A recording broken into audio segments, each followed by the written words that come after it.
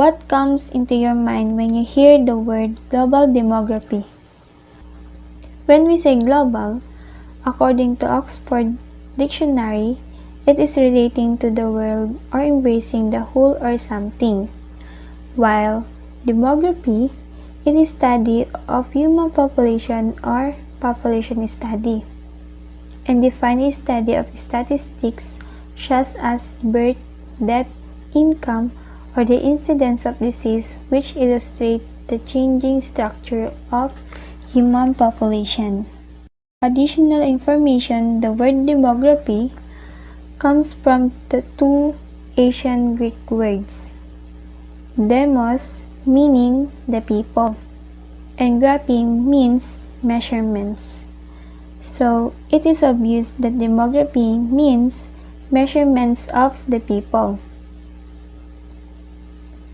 So, in general, demography pertains to the composition of a particular human population.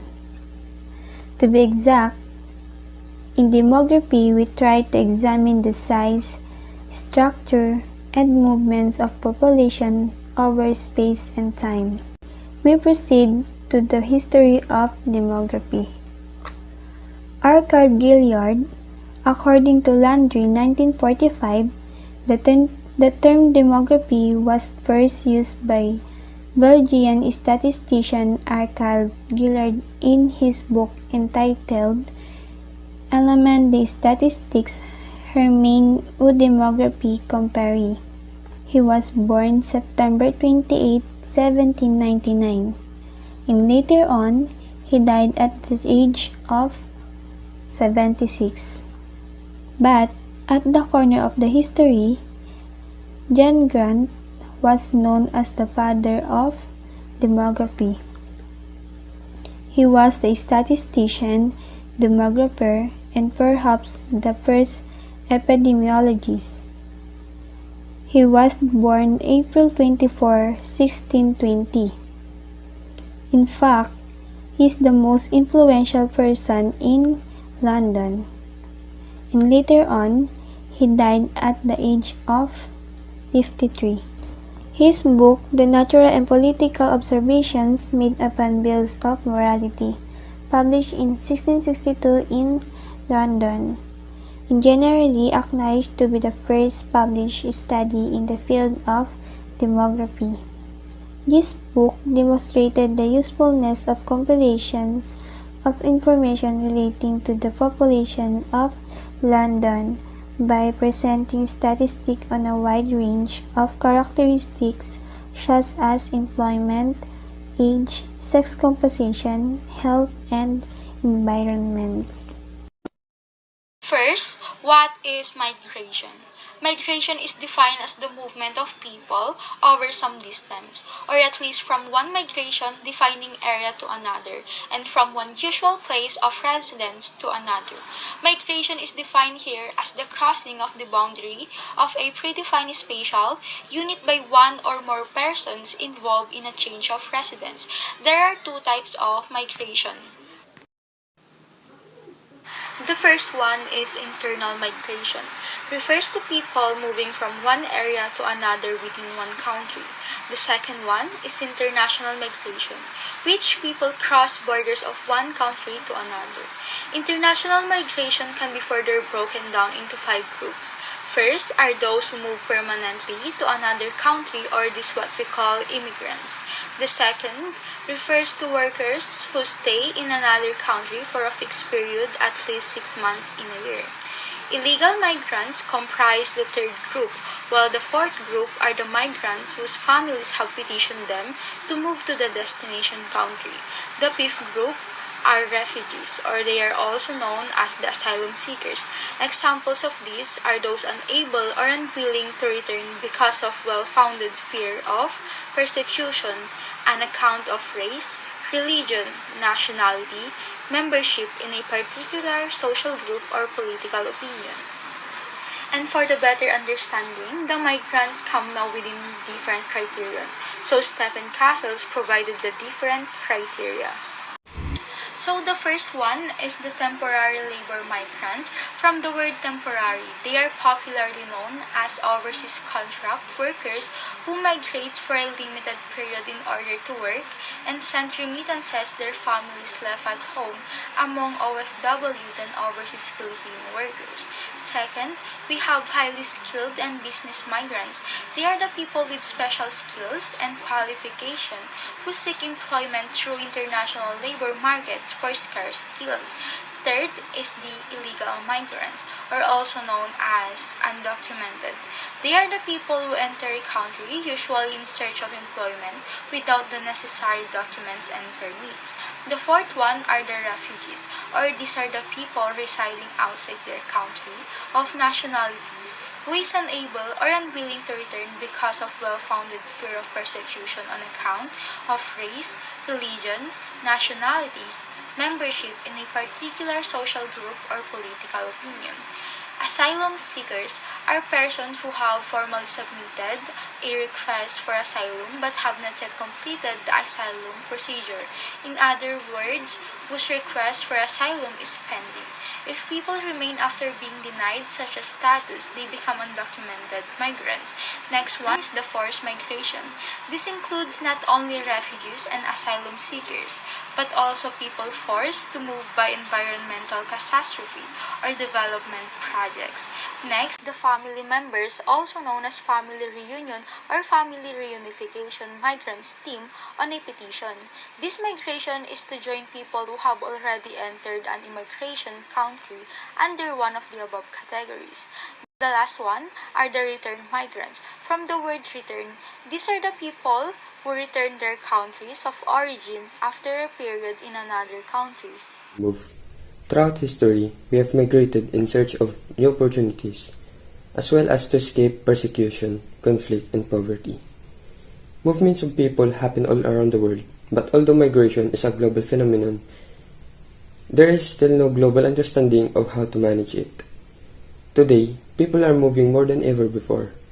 There are presently around 258 million international migrants. That figure has grown rapidly since the turn of the millennium, when there were 173 million together with the increasing volume. We are seeing changing demographics, advancing technology, involving needs of labor markets, and continued challenges posed by war, shortage, human rights violation, and climate change. We sometimes think of certain countries as source as migrants and other recipients, but most nations today experience migration from all three perspectives, as country of origin, transit, and destination. What are the benefits and detriments for descending countries? First, increase in remittances. So, these remittances are financial or in kind of transfers made by migrants directly to their family or communities in their countries of origin high income. Countries are almost the main source of remittances. Second, variation in the economic integration of migrants. Middle East, North Africa, and Sub-Saharan Africa face greater challenges in securing jobs. So this one, they maybe contribute significantly to the nation gross domestic product, but their access of housing, healthcare, and education in that country is not easy to there is of course considerable variation in the economic integration of migrants. Third, the loss of professionals in certain key roles, such as doctor, has been detrimental to the migrants' home countries. So another is known the loss of problem has had immigrated to the United States or Canada. So government are aware to this long-term handicap but have no choice but to continue promoting migrants work as part of the state policy because of the remittances and the impact on the gross domestic product of the country. Fourth, more importantly, global migration is siphoning qualified personnel, removing dynamic young workers. So in this process has been referred to as the movement of these people from one place another, especially our professionals, workers, has been referred to as a brain drain. Next is the problem of human trafficking. Has been very profitable, and in this earning indicates smugglers and corrupt states official profits as high as $150 billion in a year. So in 2014, governments, private sectors, and several society groups have worked together not to combat human trafficking, yet to the result until now is still uneven. And last but not the least, the linguistic difficulties custom from the old country, and of late differing religions may create cleavages between migrants and citizens of receiving countries, particularly in the West. So the latter Western country might also accuse these migrants of bringing in the culture from their own home countries and applying differences in linguistic and ethnic custom. Crucially to the lack of integration gives the groups more ammunition to argue that these new citizens are often not national in the sense of sharing the dominant culture.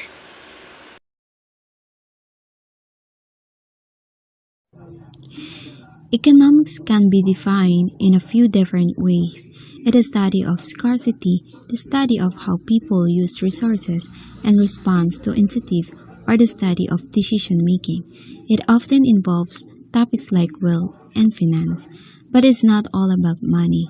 Economics is a broad discipline that helps us understand historical trends, interpret today's headlines, and make predictions about the coming years. What does economics do? Economists have all kinds of jobs, such as professor, government advisor, consultants, and private sector employees. Using theoretical models or empirical data, they evaluate programs, study human behavior, and explain social phenomena. And their contribution inform everything from public policy to household decisions. Economics intersect many disciplines, and its application include health, gender, the environment, education, and immigration. Processes that occur when population growth rates are regulated by the size of a population and a given amount of resources such as food or habitat area. Humans are uniquely able to consciously alter their environment to increase its carrying capacity. This capability is an underlying reason for human population growth, as humans are able to overcome density-dependent limits on population growth in contrast with all other organisms. Human intelligence, society, and communication have enabled this capacity. For instance, people can construct shelter to protect them from the elements. Food supply has increased because of agriculture and domestication of animals, and humans use language to pass on technology to new generation, allowing continual improvement upon previous accomplishment. Migration has also contributed to human population growth. Although technological change and unequal consumption inextricably mingle with demographic impacts on the environment, the needs of all human beings, especially for food, imply that projected population growth will undermine protection of the natural world. Numerous solutions have been proposed to boost food production while protecting biodiversity, but alone these proposals are unlikely to staunch biodiversity loss. An important approach to sustaining biodiversity and human well-being is through action that can slow and eventually reverse population growth, investing in universal access to reproductive health services and constructive technologies, advancing women's education, and achieving gender equality. Global economics. Explore economic issues facing the world's economy as well as regions and countries, including the pandemic, prospects for growth, inflation, energy and the environment, the impact of new technologies on each other, with the research by the world's leading experts at the Peterson Institute for International Economics. To understand more about global economics and the role of economics, let's watch this video. COVID-19 has battered the global economy, causing the worst recession since the Great Depression of the 1930s. It will be a new economy where many areas of the economy won't go back to the level of output that they had before. You submitted your questions to Zanny Minton-Beddoes, our editor-in-chief, and Edward Carr, our deputy editor. Here are their answers. Will the economic shock caused by imposing lockdowns prove more costly than the pandemic itself? If you are a poorer country that doesn't have the capacity to provide the kind of fiscal and monetary support on a scale that advanced economies have done, the cost is huge. But secondly, I think even within the advanced world, it's interesting that the countries which have not locked down nearly as rigorously, and Sweden stands out as the country that has, essentially not had a formal lockdown, actually has seen its economy shrink pretty much by the same amount as Denmark right next door, which had a much, much tougher lockdown. And that's, of course, partly because people behave in a way which reduces economic output. They're not spending, they're staying at home, but also because the overall kind of global economic environment has been hit so hard that has had knock-on effects. And then the other point that's interesting, I think, as we go on in time, is one, it depends on how successfully citizens think their governments are handling things. And there I point perhaps with some concern to the case in the United Kingdom, where we are seeing a lockdown that was implemented somewhat later, and now as a result a government that is reluctant or is lifting the lockdown more slowly, with the result that the economic costs are going to be really quite high. And so the relationship between the two, I think, can evolve depending on how a government handles things and is perceived to be handling things. How could an economic recession shift the global balance of power? It's come as a surprise to everybody how the United States, which in previous crises like this would have played a central role in kind of galvanizing the world, hasn't done so. In fact, it's threatened to withdraw from the World Health Organization. And that, I think, is a big signal that everybody else is going to have to come to terms with. That's not directly the result of a recession, but it's the result of the country's response that would have been coordinating both medically and economically the response to the pandemic. Will this be a chance for China to become the global financial hub?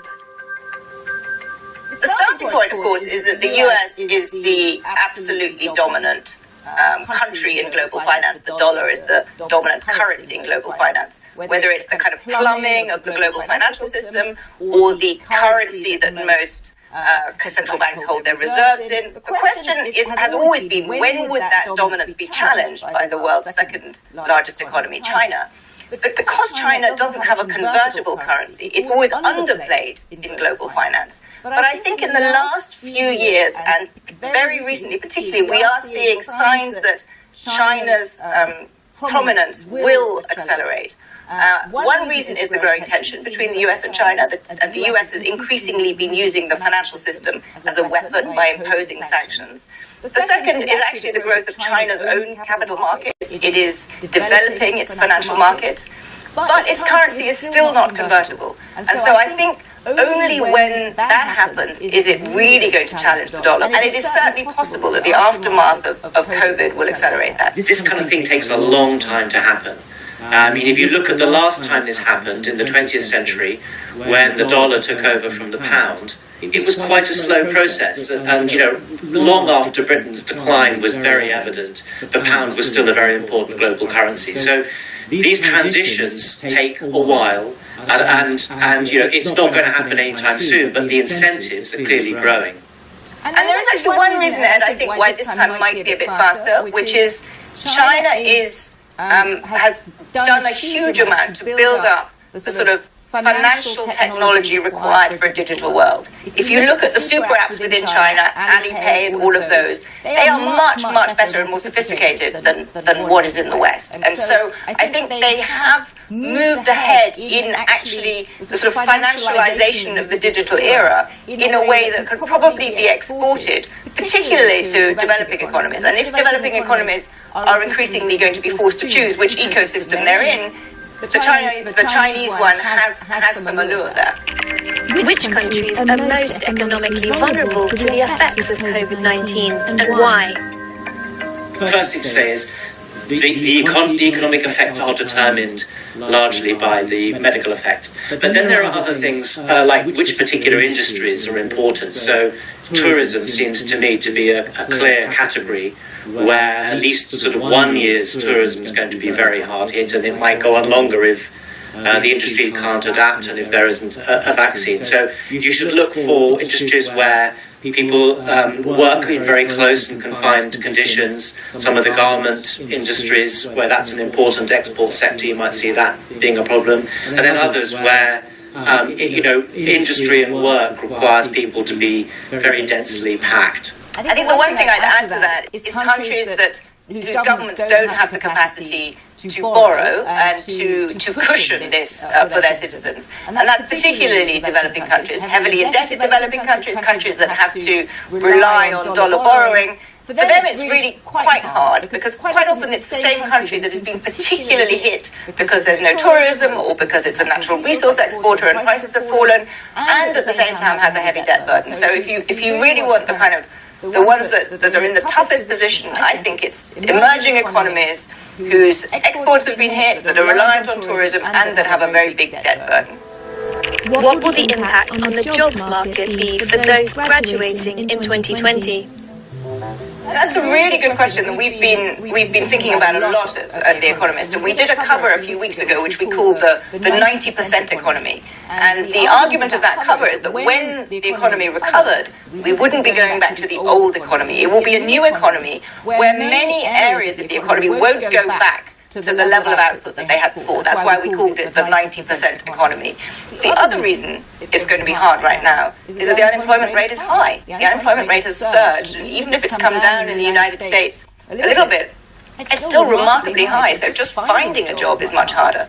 The trick for public policy is going to be to make sure that the scarring from that, the shadows of that, don't last. And what that means is when the unemployment rate goes up, it has long-term consequences, and as a result, it means that people find it harder to get skills. It's harder to sort of make a real go of the labour market, and I think we need to work hard to make sure that doesn't happen this time. I've seen one study in Britain that says that a third of graduates have had their offers delayed or withdrawn, so there's a sort of immediate effect. The interesting thing for me is some of these kind of rather subtle but perhaps important effects about what happens when people are starting out, having just left college. And often they go into, things like restaurant work or bar work, things that happen in big cities. And that's where they make contacts, where they form their own network, where they might hear about a job or find their way into a career that they just didn't really know they wanted. Well, just now, those opportunities don't really exist. And even if young people want to crowd into cities, it's not clear that many other people will be crowding into cities. And so there might be, as Annie said, this 90% economy in which these opportunities just aren't as readily available. I mean, some people are very lucky. They know they want to be a computer programmer or a bridge designer from the year dot. But most of us kind of stumble into what we do, and that stumbling is going to be a lot harder. Has the pandemic made globalization look like a liability? I think it has, in many people's eyes, made it look like a liability. I don't think it is, and I think one of the very wrong conclusions to draw from this would be for countries to put up the drawbridge and to say that the only way to be safe and resilient is to produce everything at home and to kind of end globalization. I think one of the lessons of this pandemic is that you need to diversify your supply chains. We need to rethink aspects of globalization, but I really worry that if we took this as a signal to say that globalization was a bad idea and that we all need to put up the drawbridge to a more autarkic system, that the world would be a lot worse off. Yeah, I mean, it's an irony, isn't it, that the thing about the pandemic is it requires a global response, and no more so in finding medicines and vaccines, and then distributing and manufacturing them, and then ensuring that the best knowledge about treatment works. I mean, the best protection against a pandemic is a globalized system. So that video is an example of global issue and also show a character of an economist, which one is a consultant, government advisory, and the answer and explain social phenomena, which their role or job to inform everything from public policy to household decisions. Now, let's move on to another example. This is an article about the U.S. economy grew faster than expected in 2021, but the pandemic transformed its composition. So it is about U.S. economy during pandemic and how it affects its growing process. Why I put this as an example of global issue? Because like the video a while ago, it is about pandemic issue again, and we all know that all countries during the quarter 1 to quarter 4 of COVID-19 really gives a big impact or change to each of our economy. And in this article, it shows the step-by-step happenings in the economy, where you can see some data and graphs of it. So I won't give any further explanation about it. I just add this article to give you more hints about global demography, and for its complete coverage, here's the link of this article.